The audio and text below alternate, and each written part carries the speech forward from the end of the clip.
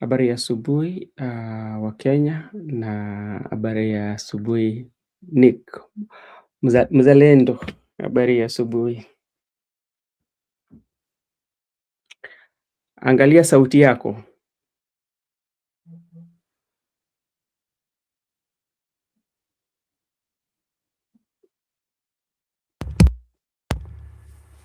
Uko vipi? Niko vizuri. Hizi sauti bana, una tap. Ndio. Hiyo ni ya dijitali ama ni analog? Bana dijitali bana, analog tuliwachia wazee huko nyumbani bana.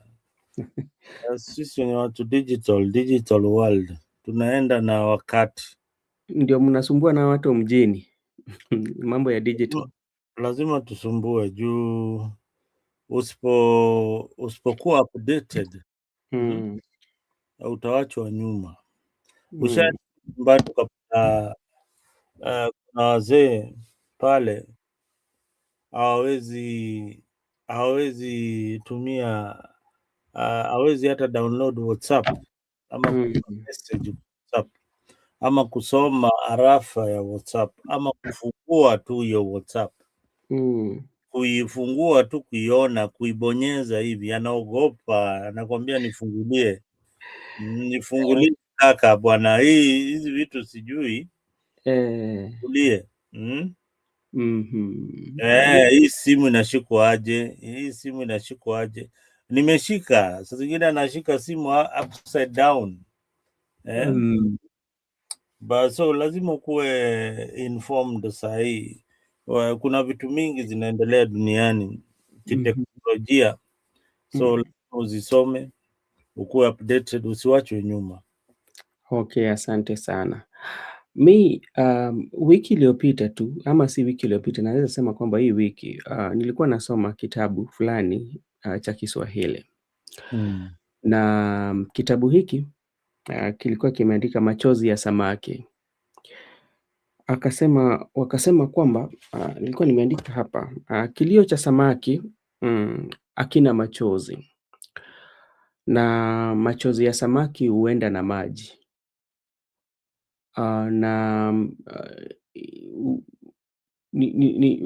Hapo ndio venye maandiko yalikuwa, kitabu ilikuwa inasema, kwa sababu uingia katika baharini ama uko katika ziwa, labda pale ziwa Victoria, kwa sababu wewe ni mwenyeji wa Homa Bay, labda unaishi karibu na ziwa Victoria, na kuna wale wavuvi ambao wanaenda pale kuvua samaki. So wakishavua samaki, wateke samaki wakuje, utapata kwamba samaki inakuangalia. Alafu wanasema kwamba samaki ikitoa machozi huwa inaenda na maji. So ikitoka kule nje huwezi ona machozi yake. Labda wewe unaweza itafsiri aje?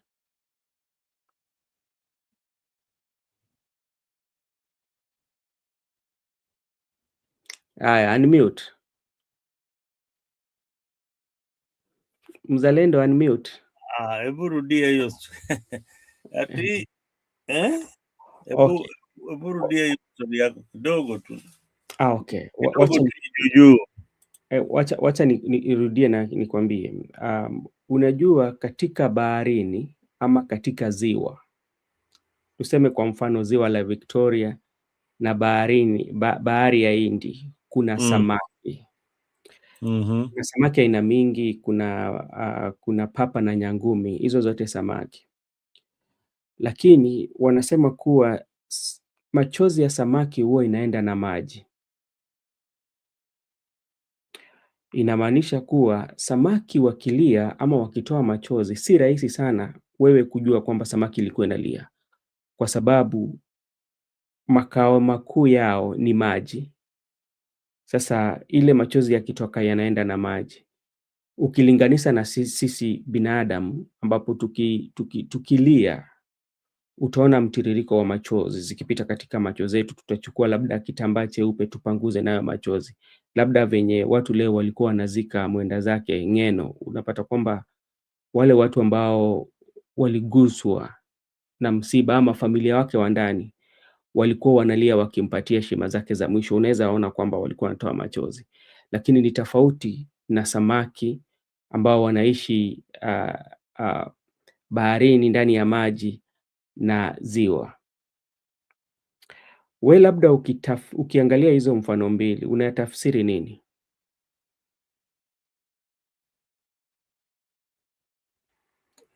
Mimi yani raundi hii umekuwa Mswahili kweli. Mimi kama vile mimi unaona hapa duniani ama anaweza sema mahali tunaishi ama ukienda ukikutana na watu tuseme marafiki mnane, mpo kwa kikundi hivi kila mtu ako na shida yake na machungu yake na kiko ndani yake, ndani ya moyo wake kwa ile environment ile yuko yani hauwezi iona hauwezi ona machungu ya brother Ben ama machungu ya mzalendo. So kama hiyo ya samaki unaiona, utaitayarisha, utaiandaa, lakini kilio chake kilikuwa kule zile vitu ambazo zimepitia zote ndio mpaka ukaiandaa sasa unaikula. Haiwezi sema. So binadamu pia wako hivyo. Machozi yetu hayaonekani. Otherwise ungekuwa unaona kila mtu akitembea akitembea analia, watatu wakitembea wanalia. Mungu angetuumba hivyo, yani machozi inaonekana.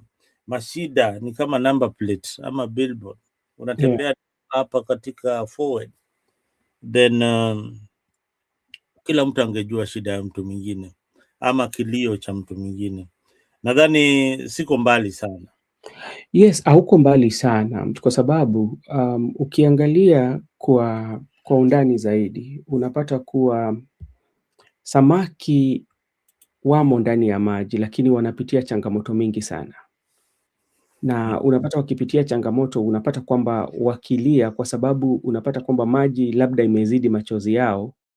Sisi wenyewe hatuwezi kujua kwamba samaki zilikuwa zinalia. Ni venye ulikuwa umesema, tunazitayarisha, tunaikula, tunasherekea kwamba samaki hiki ni tamu zaidi, na nakubaliana na hayo. Alafu labda kabla pia tujaenda katika mazungumzo tena, ni jambo pia tulizungumzia. Unapata katika maisha ambao sisi tunaishi kama binadamu,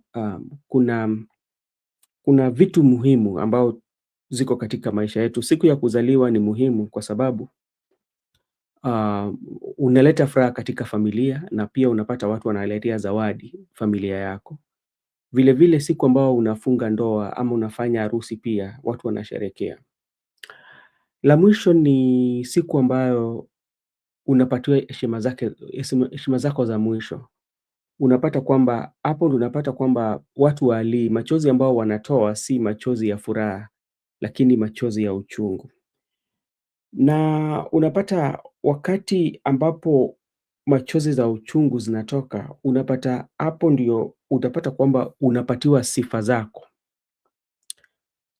Hata kama ulikuwa mbaya, utapata kwamba marafiki zako ama wale ambao walikuwa ni adui wako wakipatiwa nafasi, labda wanene jambo moja kukuhusu wewe, watakuwa wanatoa sifa nzuri yako kabisa. Wanasema jamaa huyu alikuwa ni jamaa mzuri zaidi. Lakini wakati ulikuwa na uhai wako na maisha yako, hamkukuwa mnaongea. Unadhani kwa nini sifa tu tunapatiana wale watu ambao wametuacha, ama wakati tunapatiana mtu heshima zake za mwisho, ilhali wakati alikuwa hai hatukukuwa tunampatia sifa zake hizo? Unadhani kwa nini? Wanaitwa wafu.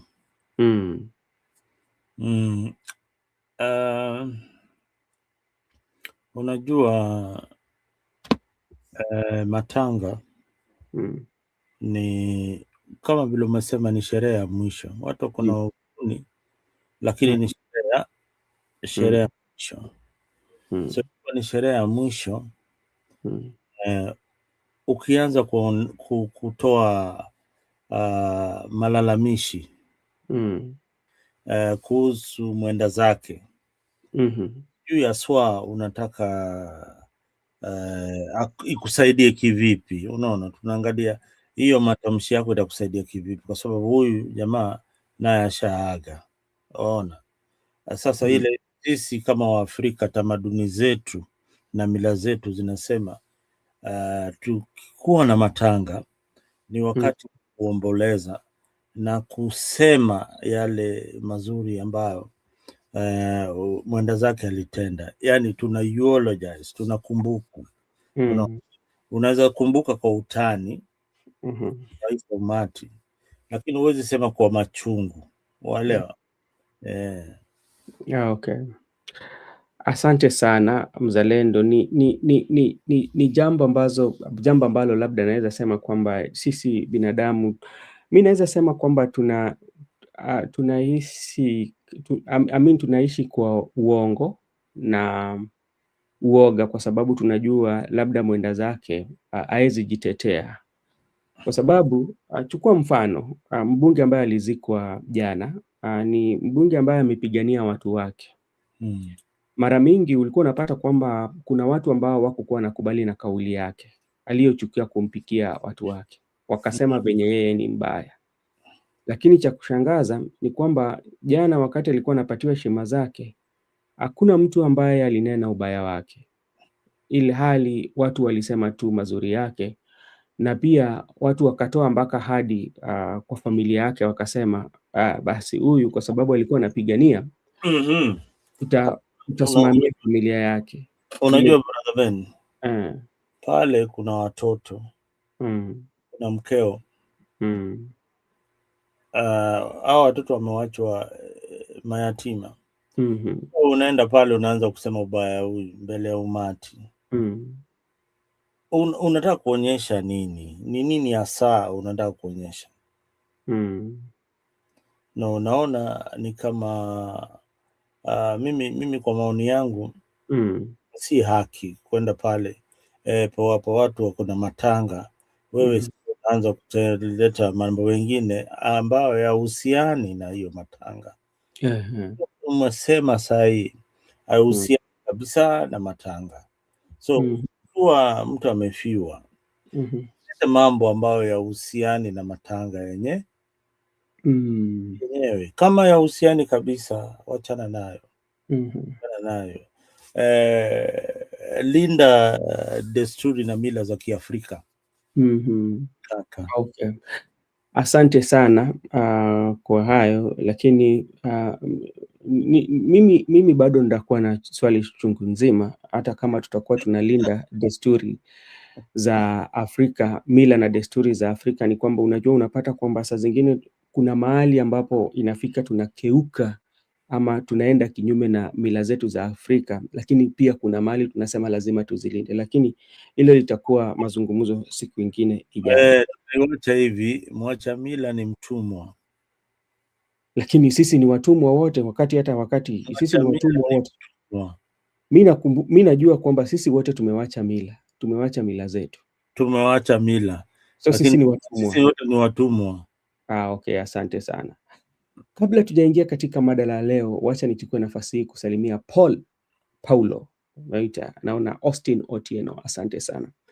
Thank you so much, Mzalendo, for taking your time to be here with us this morning. It depends from where you're watching us. Some people are just about to go to bed. Some are just waking up, And Mzalendo, there's much that has taken place, especially in the political field or the political landscape, especially of our country, Kenya. We will start with the 10-point agenda. That is the big issue I think is coming on Tuesday, on 7th. That is going to be tomorrow, if I'm not wrong. That was the time when it is 1 year since the Right Honorable Prime Minister Raila Amolo Odinga and President William Ruto signed an agreement. And this agreement was supposed to run for 1 year. Then from there, it was going to determine what is the next move for ODM. But this week, you had Gladys Wanga, that is the governor for Homa Bay, said that the 10-point agenda was not going to end. It was something that had no end. He had no finality. It is something that was meant to bring Kenyans together. So it has no end. And today Sifuna called a young girl who she was in I think she was in she's not yet in a high school, to define the word final, and she did. And Sifuna gave her around 5,000 for that. So there's so much that is going on. So maybe before we proceed, in your own view, do you think 1 year since the 10-point agenda was signed are they going to deliver it, or is there anything that you can point out that the 10-point agenda has achieved? No, Ben. I don't know where to start all this, but you mentioned that there's a meeting that is scheduled this month, yeah? Yeah, there's we call it the broad-based PG. That is what they said. I think it's going to be on 10th. The broad-based members of parliament, where the committee of Agnes Zani is going to give the report on what the 10-point agenda has achieved, and what they've not achieved, and what is the way forward from there. Now, I think the meeting, remember, they were supposed to conduct an NDC. I don't know whether that is an NDC. I saw that thing, and every time I see this ODM memos, I tend not to look at them very, very keenly, because they are so empty. They have got nothing that will benefit the ordinary Kenyan. That is why I brush them off very, very fast.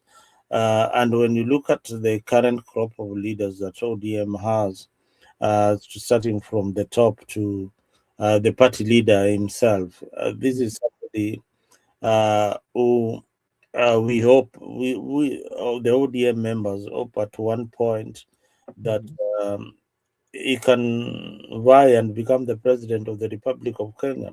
So these are a bunch of jokers. These are a group that is taking us for some kind of festival music. So it's like that game of musical chairs, where you dance, you put your butt in one side, then you dance around somebody else. They've been dancing around with the followers of ODM. The way they want, they can toss them the way they want.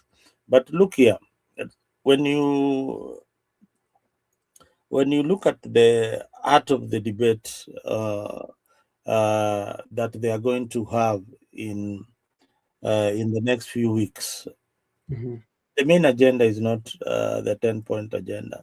The main agenda is removing Edwin Sifuna as the Secretary General of ODM,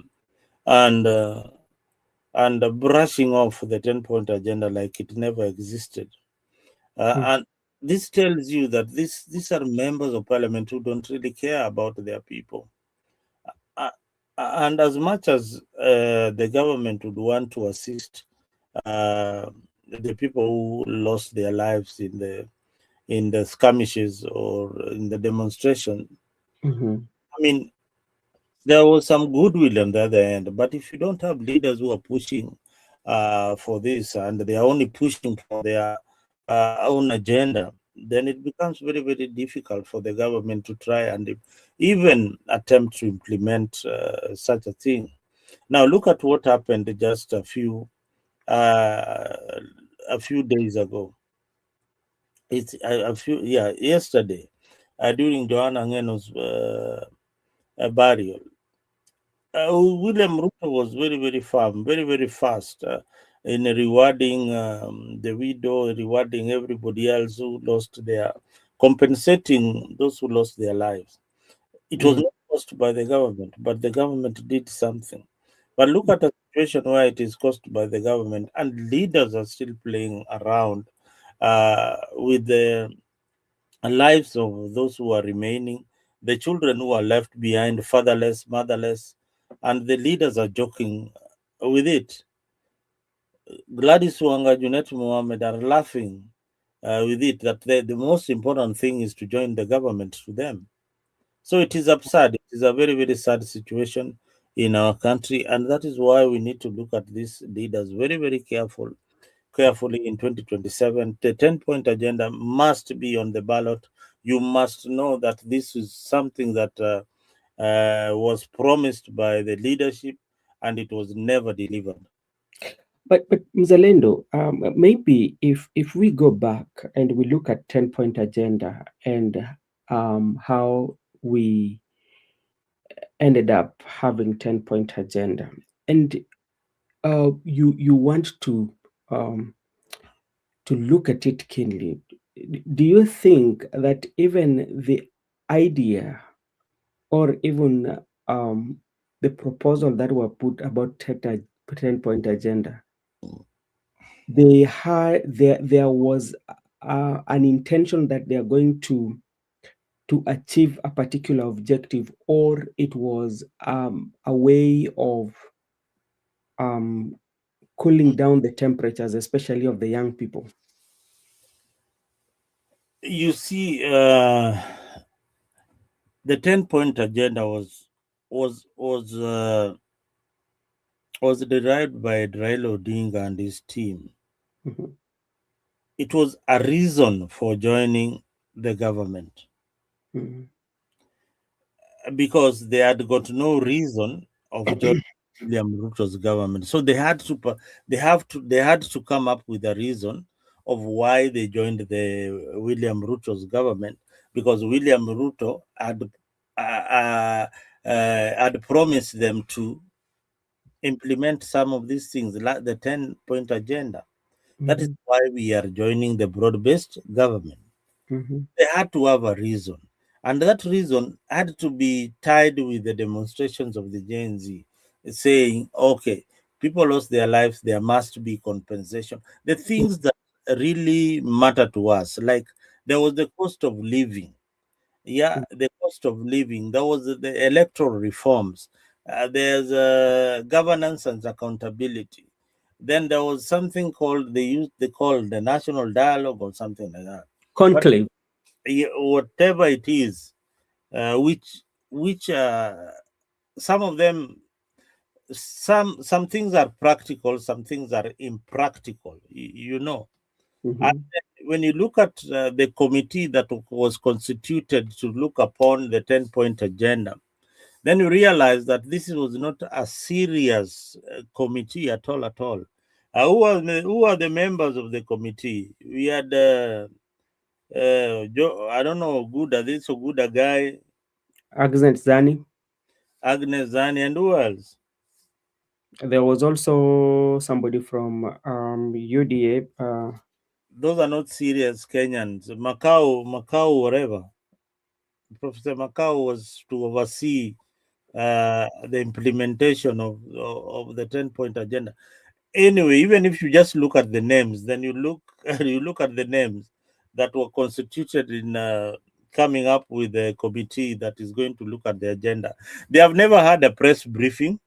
They have never told the Kenyans where they are with the report. Thing it is, we don't expect anything from them. Okay, Mzalendo, thank you so much, and I also want to thank this opportunity to thank Goodia for joining us. Mzalendo, when we're looking at 10-point agenda, remember in the 10-point agenda we had NADCO report, and if we look at NADCO report, also had some addressing some challenges that Kenyans are going through. And one of the challenges, many of those challenges that were listed at the NADCO report, they were about electoral reform. Remember the electoral reform, a comprehensive audit of 2022 electoral processes, reconstructing the IEBC and increasing the timeline for resolving presidential election petition. That is one of the things that were in NADCO report. Then the cost of living, yeah, reducing government travel budgets by 50%, reviewing daily subsistence allowance, and lowering fuel levies. That was in the NADCO report. Then there was devolution, finalizing the transfer of devolved functions and ensuring equitable revenue sharing with county governments. Political stability. It was saying creating the office of the leader of the official opposition and the office of the prime minister. That was one of them. Anti-corruption, strengthening the transparency and accountability. Okay, Ben. Mm. Can you just stop there? Mm-hmm. Those That are is NADCO. That is, NADCO had like almost 10. Then we had what I'm trying to tell you. Mm-hmm. Everything that you've read there, Mm-hmm. it requires the goodwill of the sitting government. Mm-hmm. It also requires the goodwill of the opposition. And Mm-hmm. the opposition are in government. Mm-hmm. The opposition who are pushing for this are half of it is in government. Half of it are pushing the presidential agenda. They are not pushing the people's agenda. They are not pushing anything called NADCO or anything called the 10-point agenda that they were supposed to implement before joining the government. They're not even pushing for that. What they are pushing for is power. Tunataka power. Yeah. So when people when they are pushing for power, they are not with the people. The people are with the issues that were raised that at least could compensate the victims. You cannot compensate life, but you can give up something for the bereaved families, for the children who are still going to school and their father was not dead. You can pay for them some school fees. Hiyo itakuwa ni afueni kwa wale watoto wale. Sasa, let's say that we do the compensation. People, there are those who have also questioned about the compensation, as you say that it can inaweza patiana wale mafamilia afueni, lakini pia there are those who are asking that how can we compensate without justice? Is it just? Listen, if you want to wait for the justice, that is part of the justice. Justice, well, those who are pushing for justice, they want somebody jailed, somebody accountable for everything that has happened. If the government up to today does not apologize to the people of Kenya for the atrocities that they caused, then we have a problem there. Now, the wheels of justice, they don't turn very fast the way you might want them to turn. You might be pushing for that justice in the corridors of the law, but what happens?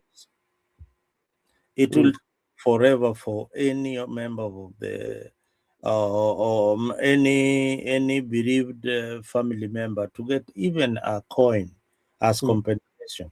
While we are pushing for them to get at least some money, and the compensation can be money, can be land, can be anything, can be houses that Ruto has built. He can give them houses, he can give them a home to live, and say that we cannot pay you for the life, but please, I know you are paying rent, but have this house. We are sorry as the government of Kenya. Chukua hii nyumba moja, ishi na watoto wako. Ona, ni makosa ilifanyika. We're going to do whatever we can so that we bring justice to this family. But for now, this is what we cannot give you. That is what the people want, and that could be the fairest settlement. Let me bring you to ODM because when you look at the history of ODM and the people and the leadership of ODM, especially look at Baba, what he was fighting for, and especially when it comes to 10-point agenda. At what point did the leadership of ODM, or let's say that the likes of Wanga, Oburu Odinga, and all that, departed from fighting for the 10-point agenda to be actualized? Then they went to start bargaining for position. At what point did they have departure? And what could have informed that? Maybe it was not, 10-point agenda was not going to be actualized, so they decided to go for positions. They didn't decide to go. They didn't decide to go for the positions by themselves. Initially, the story that we are being told is that the people who are in government, the Mbadis, it's called the Oparanyas and all that, they negotiated for those positions because they felt that without Baba being on the ballot, it might be very, very difficult for them to continue fighting in the opposition against William Ruto, because one, they could not rally behind Kalonzo Musyoka. They could not rally behind any other opposition. And Baba, I think, was not going to vie in 2027. He had not shown any clear signs that he's interested in 2027 elections. And again, people would have dismissed him. So this guy thought very, very fast and said, okay, let us join government. And when we join government, they have revived their political lifeline. Now, suppose these guys were not in government to date, what do you think they will be doing? Yeah, what would they be doing each and every other weekend if they were not, or if Ruto decided not to accommodate them in the government? What would they be doing? They would be fighting Ruto's government. That is the answer.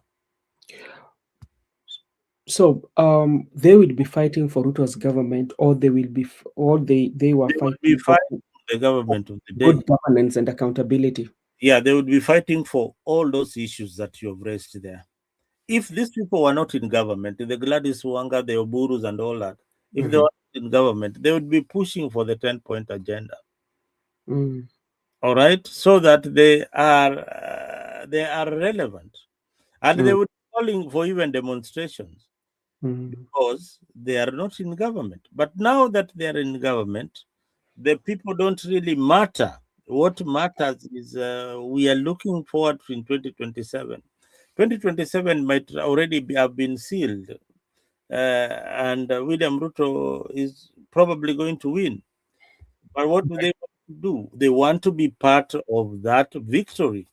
They want part of, hawa ni watu wajawahi shika kikombe. Ni kama timu ya Arsenal. Unaona kama sisi vile tunangojea hiyo kikombe, bado mechi kama hata Gypsy Corner pale anajua tunangojea kikombe, yeye hawezi pata kikombe. Hawezi pata kikombe na hiyo Liverpool yake, yeye yuko huko chini. So sisi tunangojea kikombe. Unaona hiyo hamu tuko nayo na hiyo kikombe. Hata ule mtu alikuwa naye hata mwenye kikombe akikwambia hebu shika kidogo, huyo ni Ruto, hebu shika tu kikombe kidogo.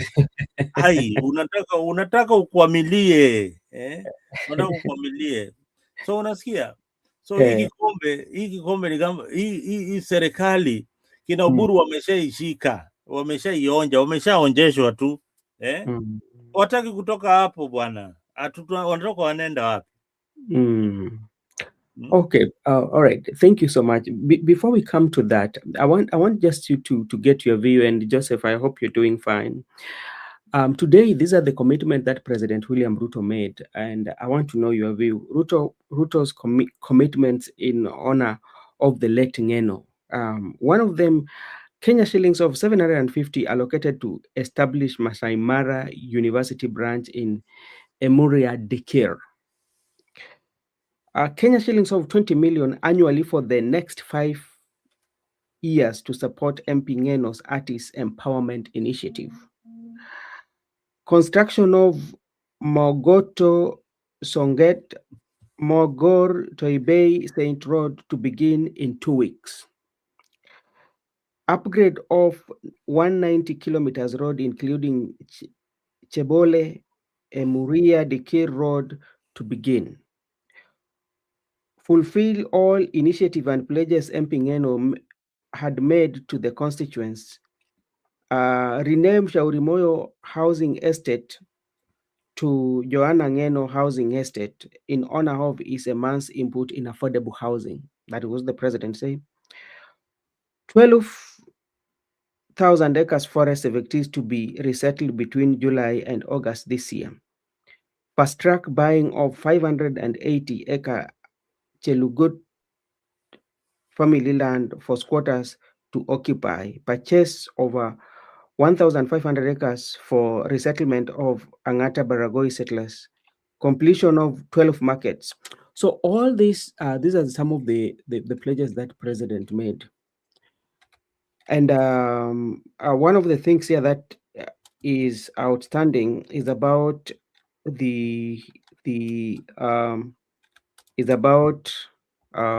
me see, is about 20 million annually for the next 5 years to support MP Ng'eno's artist empowerment. Yeah, that is there.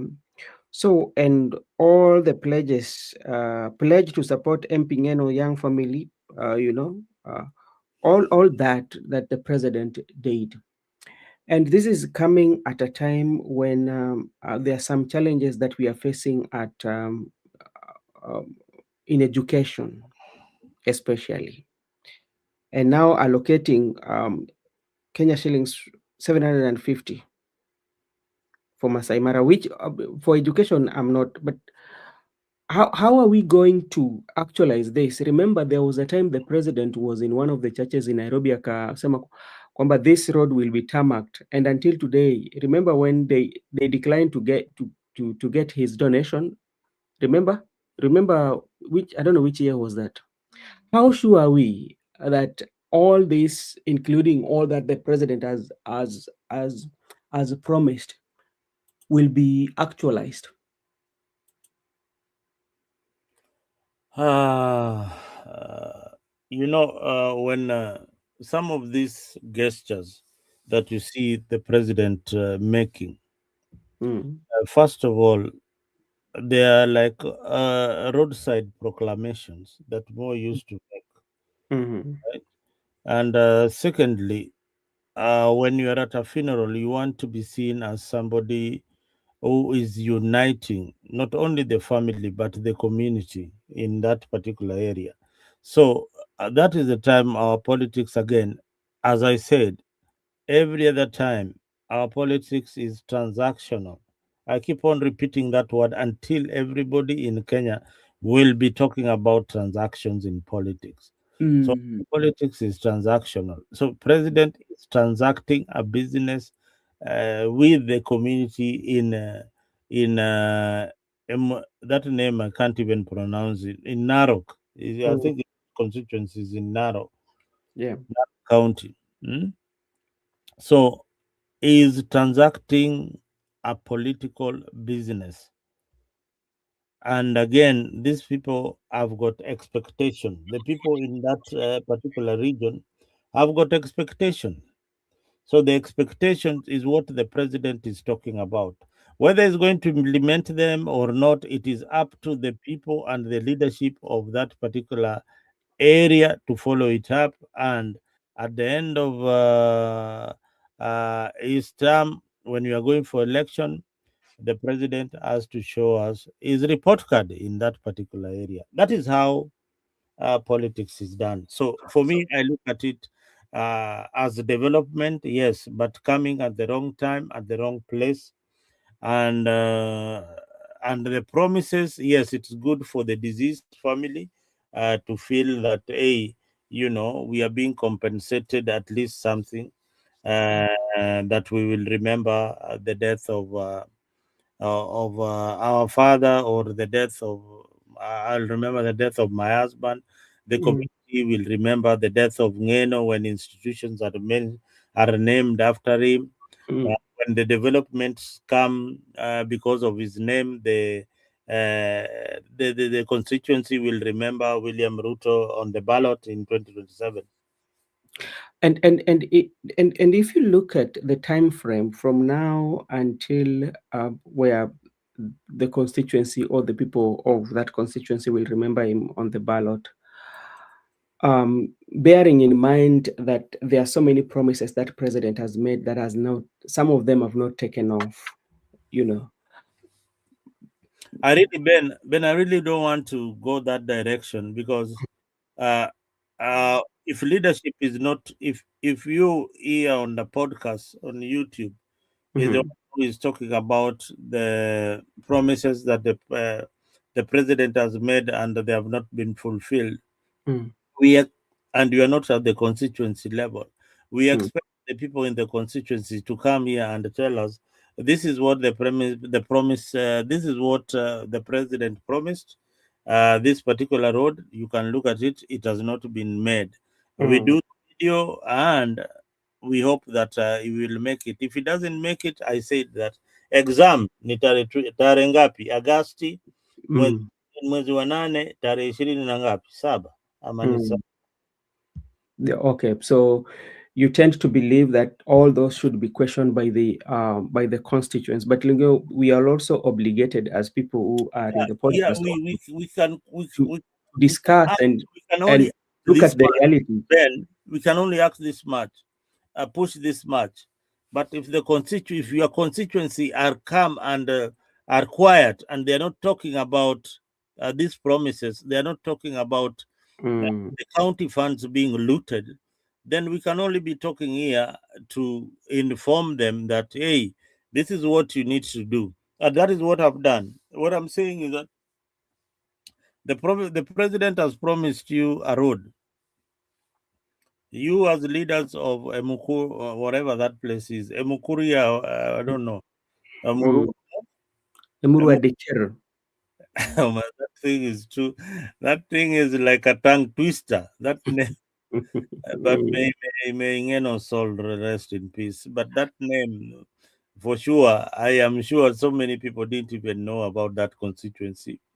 No, people knew him because the guy was No, the fighting. guy, people knew the guy. People knew the guy as a legislator, but they didn't know the constituency that he represents. Me, I knew the name of the constituency just the other day. Oh, So, okay. yeah.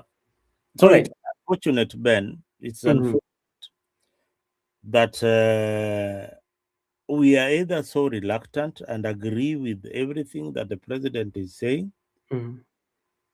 For we in the social space, that is the social media, and the fourth estate, who are not doing a good job. You know, the mainstream media ought to follow up these things.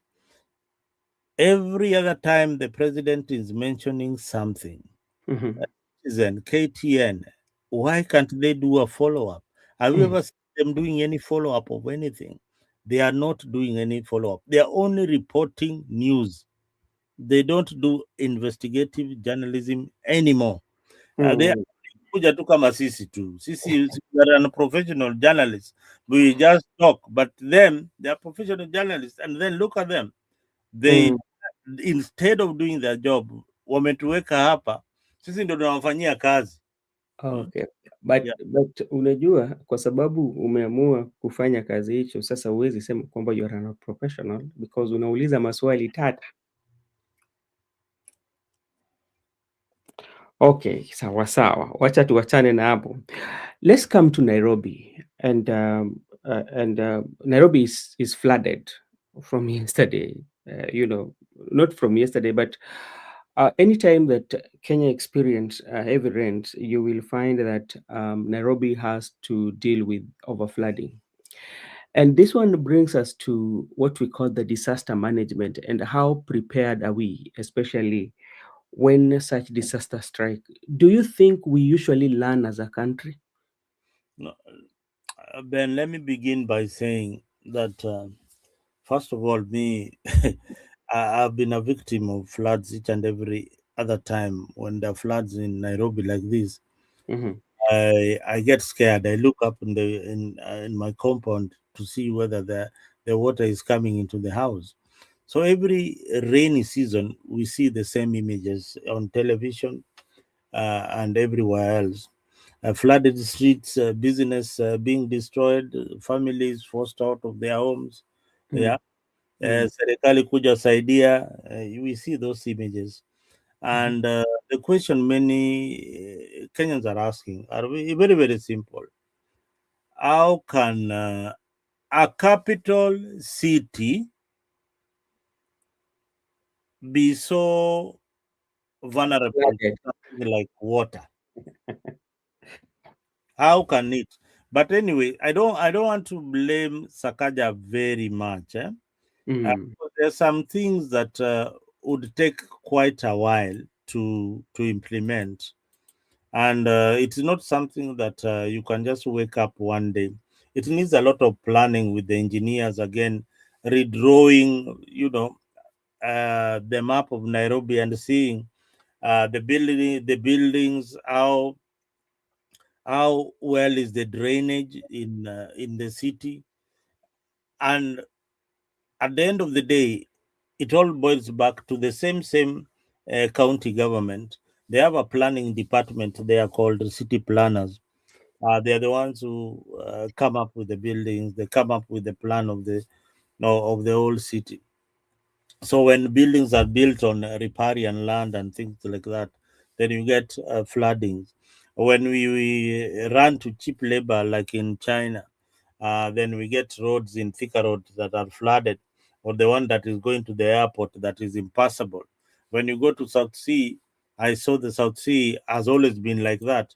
South Sea is not the first time. Even before the county government of Sakaja, South Sea area, when we used to have the mayor in Nairobi, South Sea area, that area, it's kind of submerged. It's kind of I don't know how to explain, but the way the South Sea was built, it's kind of I always see like it's how would I term it? Mm. Do you know a place that is Is uh, it I'm is missing it that word. is it swampy? The area could have been swampy, but it lies very low. Yeah, it's in a low kind of terrain. Then the other parts are raised. Yeah, the environs of South Sea. When you go to places where, do you know where Carnival is? Yeah. That area of Carnival. When you go now to Langata, you see from Langata up down. The water from Langata, from Gong Hills, Gong Hills, they drain all the way down to South Sea. That's what I'm talking about. You can imagine kutoka Langata huko juu, yeah? Mm. Kutoka huko Karen, hizo maji zinateremka zikienda chini pale Nyayo Stadium, zinaingia huko mpaka huko South Sea. South Sea, Nairobi West, those areas, they will always be flooded if they cannot tap that water and stop it at some point. That is the truth about Nairobi. But And now that is the truth about Nairobi. But my question is, this is not something that we would say that it is new. This has always been happening, and you tend to ask ourselves even before Sakaja came, because we talked about it. We've had the county government since Kidero, then Sonko came, and now we have Sakaja. Does it mean that what is happening? These leaders are not aware of it, and two, how are they prepared, especially to deal with the disaster management?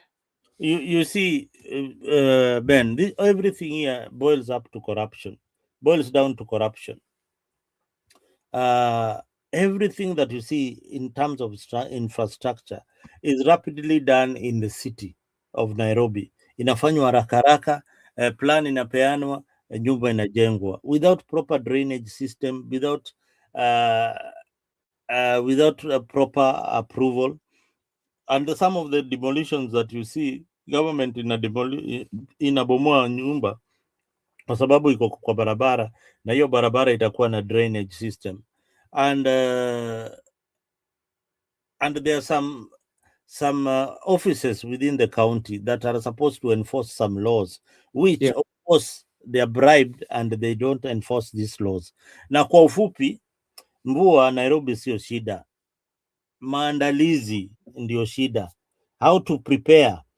The meteorological department, unasikia, meteorological department of Nairobi, they know the projection of the rains that are coming, but how prepared are they for these rains? They don't. These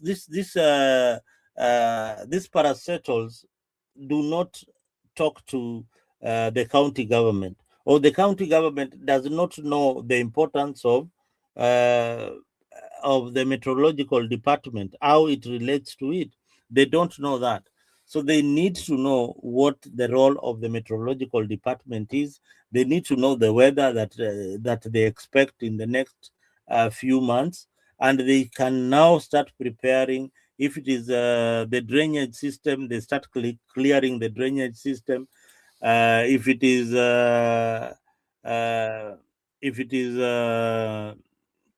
mambo ya takataka, they start preparing that hizi takataka lazima zitolewe. Now, for example, Ben, New York City the other time, was hit by snow, very bad snow, about how many inches? 20 inches of snow. Hit New York. Now, what they have sat down and analyzed everything that happened on that particular day, and they have now come up, and there's a team that has come up and said that, hey, this, what we saw, we have never seen it before.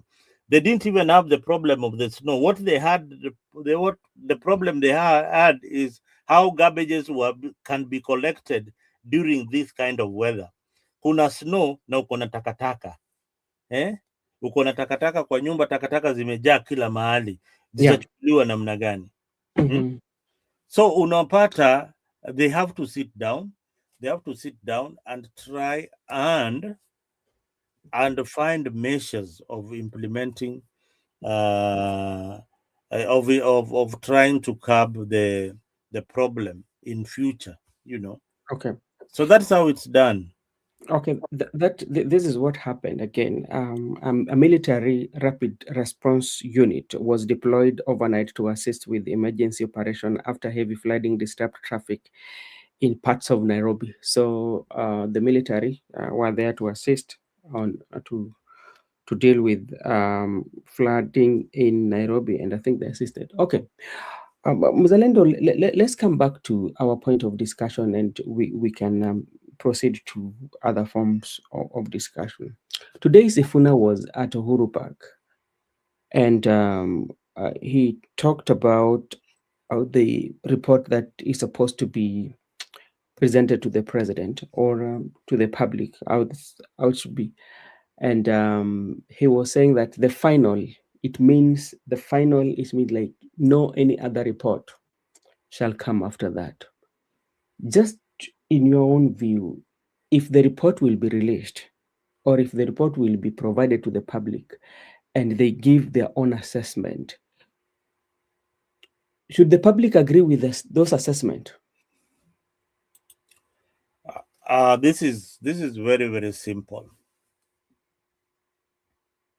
There were victims. Yeah. Those victims should be there when the report is being issued. They should be there. They should tell us, they should tell Kenyans that we got 2 million, we got 5 million, we got 1 million as compensation. That is the only way Kenyans will trust the report. Whatever other, by the way, I think this report, the most important part of that report is only one. The compensation of the victims of post-election violence. Hizi zingine zote is just political talk. So that can be implemented. That is something that is visible. That is something that every other Kenyan will see, that the president and the government of Kenya has done something to the victims. But hizi zingine zote ni kupayukwa tu. Ni story za jaba. Hizo ni jaba. We don't, at cost of living. Sasa cost of living, kuna vita Iraq. There is always an excuse about it. Kuna vita Iran sahi. Cost of living, bei ya mafuta itapanda kesho usiku na mchana. So that cannot be tied to William Ruto, that that's how we cannot cooperate with you because of the cost of living. We always have an excuse about the cost of living.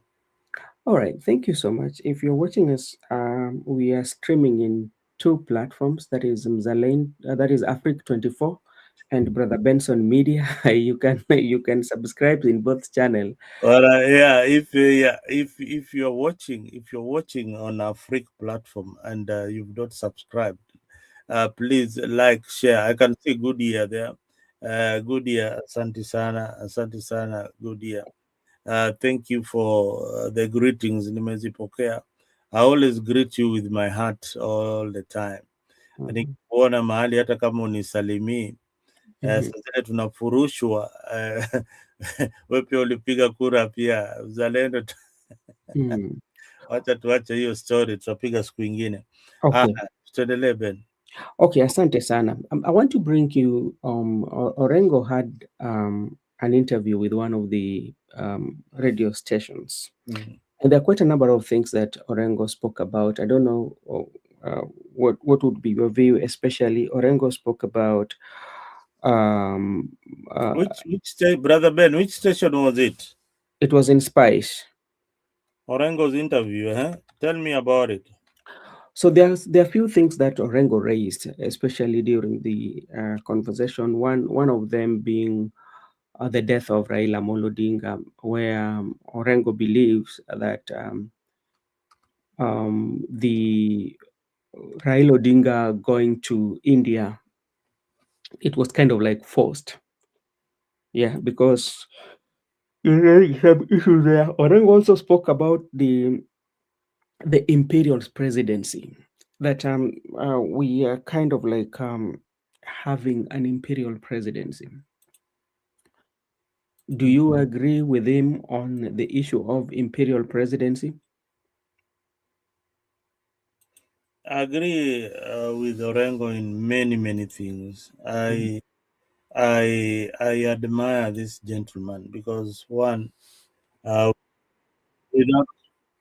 without James Orengo, I'm trying to get for you the video.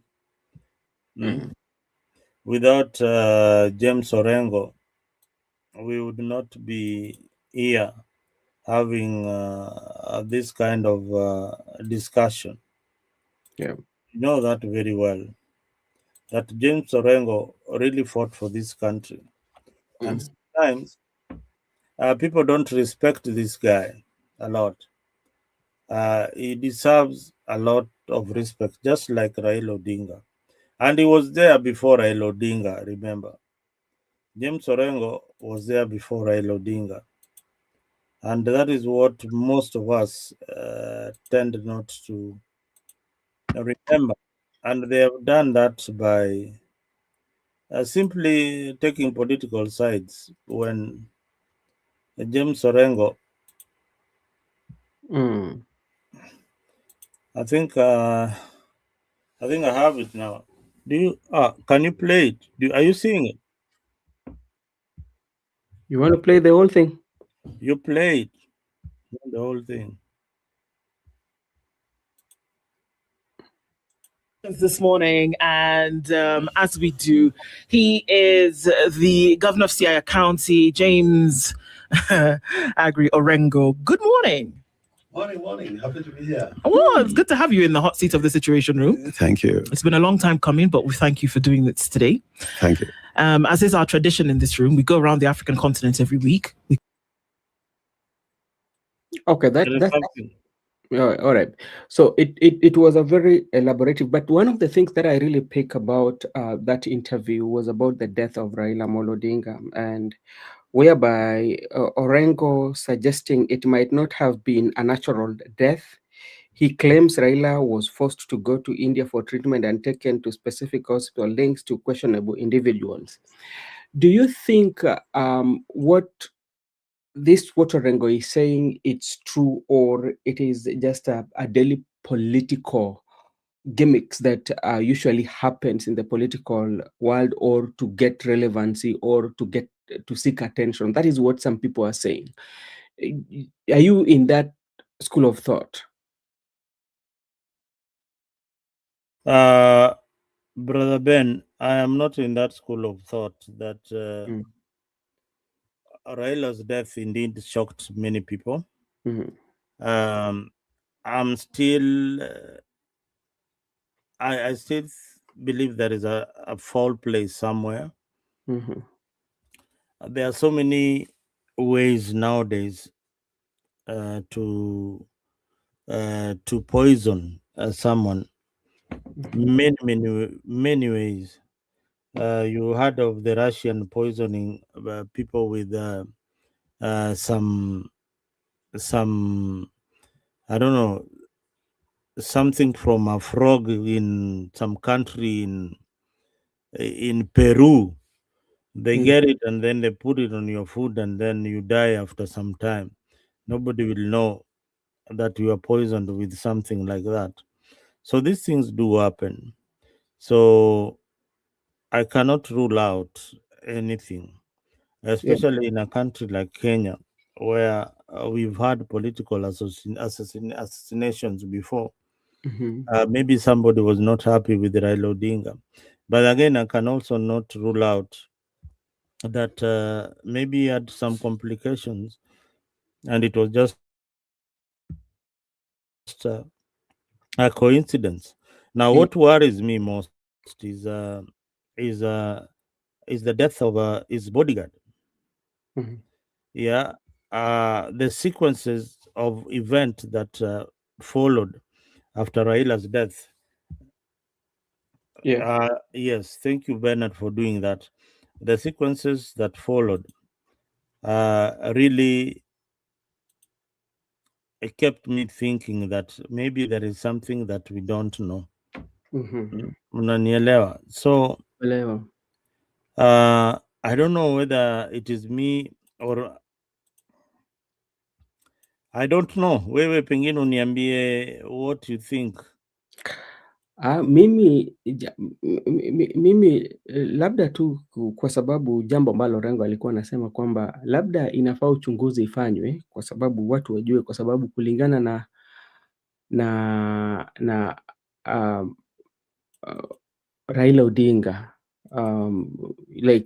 the status of Raila Odinga requires, especially like if something like that happens, so a public inquiry should be, so that the public would know what really happened. But that is what Orengo also spoke about the constitution and the constitutionalism, whereby the constitution is like a paper that is not kind of like people do not, let's say, that obey or follow the law. For instance, he give an example of for example, talking about the Mbade, the CS, they are working in the executive, and they are required by law not to participate in politics, but you find them going above that and go into rallies and campaign. When do you think that one will change? These are civil servants, huh? Yes. And every civil servant has got a code of conduct that they operate on. Yes. And one of the conducts is that as a civil servant, you need not to participate or be associated with any political party. That is why you find many of one of the requirements is you need to resign from your political party so that you can be hired as a civil servant or as a CS for that matter, or a PS, because of conflict of interest. While you are serving while you are serving and using our taxpayers' money, we don't expect you to propagate party agendas. All right. It is Yeah. unlawful, but that law has always been broken by the same government leaders because one, they are playing loyalty. They are playing loyalty to the appointing authority, and that is the president and parliament. So there will always be that kind of conflict of interest. You saw in some papers the other time that one of the CSs is conducting a village meeting in his office with the clan members. That is a public office. You cannot invite your clan for a meeting in uh, in your office. That one you can do it in your village or in your house. Yeah. So some of these things are embarrassing. We need to call them out each and every time we see such things happening in government, and technocrats need to know their role. If they want to be in politics, they need to resign from the political seats and join the political arena and participate as politicians, and you support the candidate of your choice. People like Kinambadi and the rest, they should just quit because they love politics, Yeah. come in politics and be part of the game. All right. All right. Thank you so much. Oh, I see Gypsy Corner telling me, "Hey, you, can you put me back on the screen? I don't know why you. Okay, let me see what is happening. What do you mean? Gypsy is complaining. All right. Okay, Mzalendo. That's Now, yeah, Gypsy Corner has told me that the chemical is called Navichok agent. Now, this chemical is deadly. It's found in a frog. Hmm? It's found in Kwachura. a frog. This chemical, Navichok. Let me let me let me try and check it out. Navichok, check it out. It's called Novichok agent. So this agent, this when it's called the opposition leader for Russia died, they tested. They did an autopsy, and they found the agents of this poisonous frog in his system. So he was likely poisoned. There is another one called. There's another one they called. They called what? They called what? They call it what? They call it. Does it start with an S? Yeah, there's one that starts with Gypsy. You know it. There's one that starts with an S. I know it. I talk about it most of the time, but now I've forgotten the name. That one you unawekewa unakufa polepole tu. Maisha ikiendelea. Yani you unafanya tu mambo yako, yani hata kuna mtu anajua yani ati wewe ni mgonjwa, because you'll do your stuff for 1 year 2 years. 2 years, yes. Then 1 year 2 years ndio uanze kugonjeka. Inaitwa nitakumbuka jina yake ndakwambia. Okay, asante sana. Mzalendo, I want you to weigh your thoughts on somebody who attempted to register the Linda Mwananchi, and there are some theories that were being discussed that could be Sifuna's and his allied fallback. So just in case if the thing doesn't work out, they will fall in that political party and use it as ODM, because like it kind of like mirrors those visions of the Right Honorable Prime Minister, the late Honorable Prime Minister. Somebody also was saying that that is kind of like a hostile takeover of that political party in a way to stop them or from using it, or it is somebody is registering that Linda Mwananchi as a way to do business with it. So what would be your take? Well, number one, thank you for the good question. And I think I wrote this on my page just a few days ago. Sifuna, I will not address Sifuna as the Secretary General of ODM. Sifuna is the party leader of ODM. Sifuna, the party leader of ODM, and the presidential candidate for 2027, is the official presidential candidate for ODM for 2027. They don't have a candidate. Sifuna is our candidate for 2027. How, Bwana? What do you mean how? Is we the party members of ODM have decided that Sifuna is our candidate. But how do you say that you've decided, yet we are seeing the Just the same way the other group decided that the party leader is Oburu Odinga. We have decided that our party leader is Sifuna. And he's the party leader for ODM. He needs to start addressing himself like the party leader of ODM. And I'm telling you, this is so important because ODM has to go through that metamorphosis and break. Unaona kwa nini? Skiza. There are members in ODM that do not agree with this other faction, and almost half of it. Yes. All right? Yeah. They don't agree. Now, this Sifuna does not agree with the process of electing Oburu as the party leader. Yes. Oburu does not agree with Sifuna's stand as the Secretary General and his group. Now, Sifuna's group must conduct an NDC with people who are members of ODM. It doesn't matter. Delegates, the required delegates, whether they are fake or not, delegates from all over, and endorse Sifuna as the ODM flag bearer. Simple. Do you think with the upcoming of NDC Sifuna and the NDC is a trap? And let me tell you why it is a trap. It is the NDC, the agendas you're seeing there, they will not probably be discussed. They want to make sure that they humiliate Babu Owino, they humiliate Edwin Sifuna when they attend that NDC.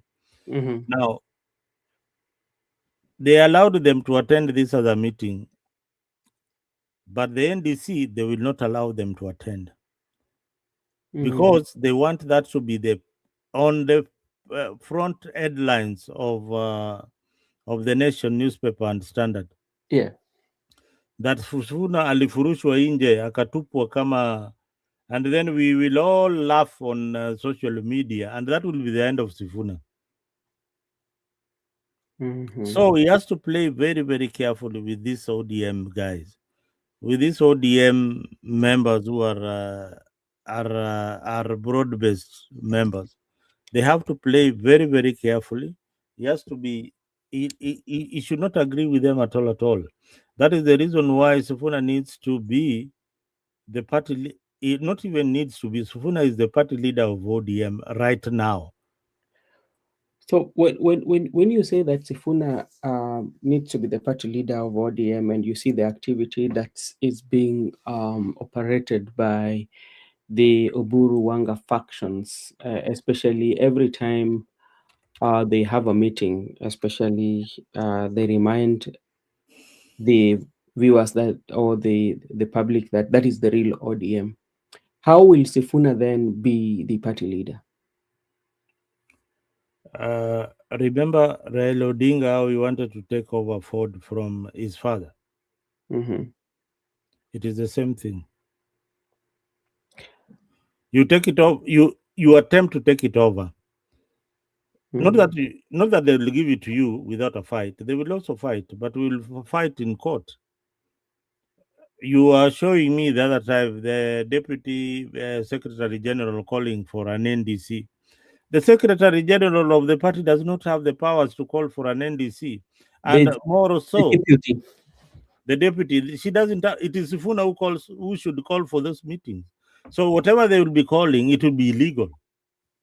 It can be contested in court. Those are meetings which are so illegal.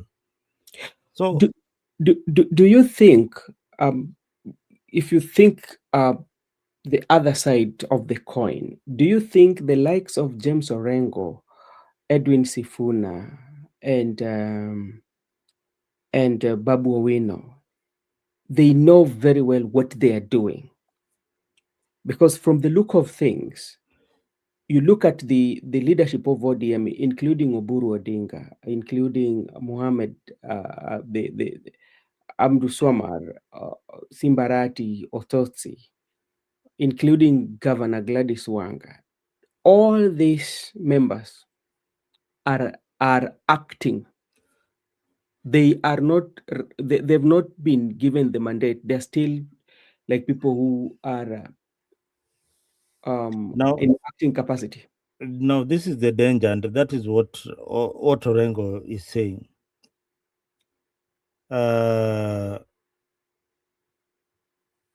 We have had these coalitions and collaborations. And he gave a story when Raila collaborated with Moi. People said that Njogo ilimeza Tinga. Yeah, he gave that story. Raila then collaborated with Mwai Kibaki.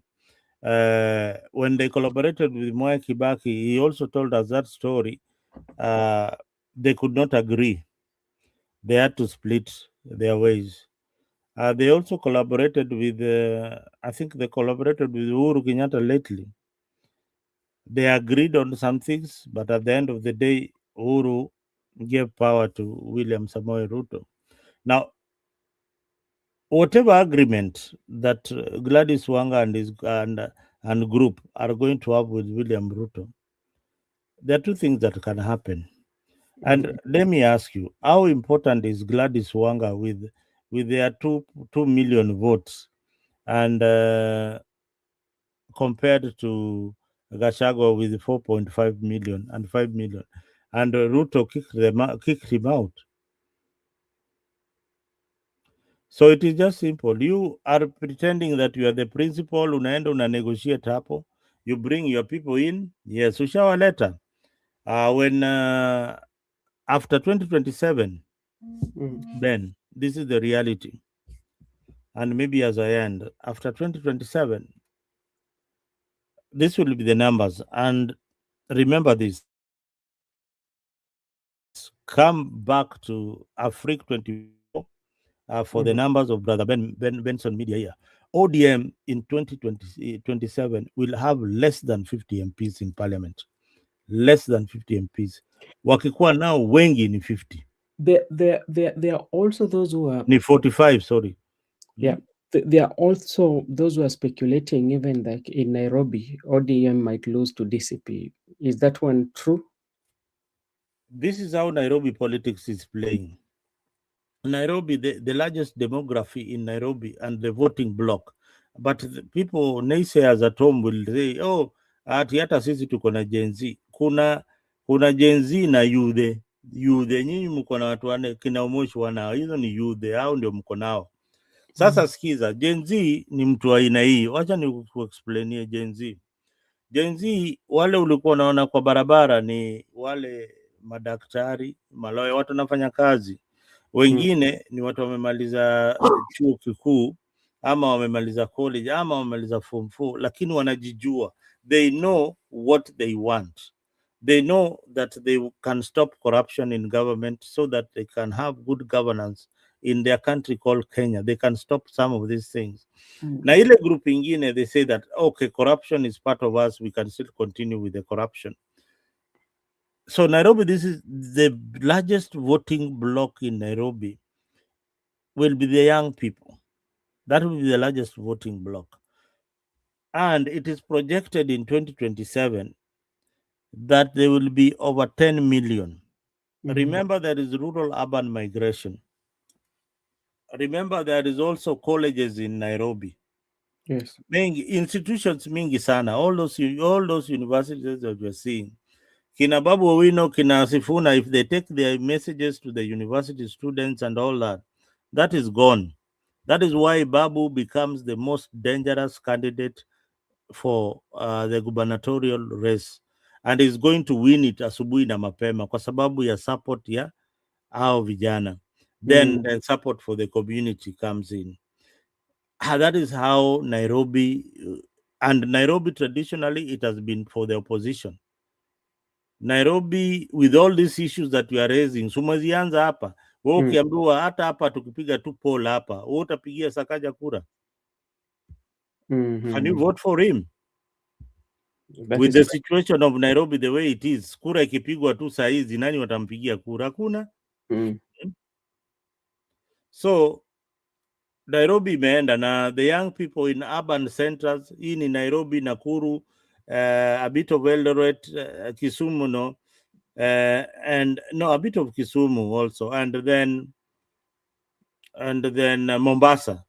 We are going to see a crop. If you are an MP, in the capital city of Nairobi, and you have been relying on your tribal block, nakwambia unaenda home. Because if you get a young man who is from your tribe and who can articulate issues better than you, and you have not developed that area, unaenda nyumbani. Na uko ako pande hii akina Babu Owino, unaenda nyumbani. Kina TJ Kajwang, hey boss, umeshapewa yellow card.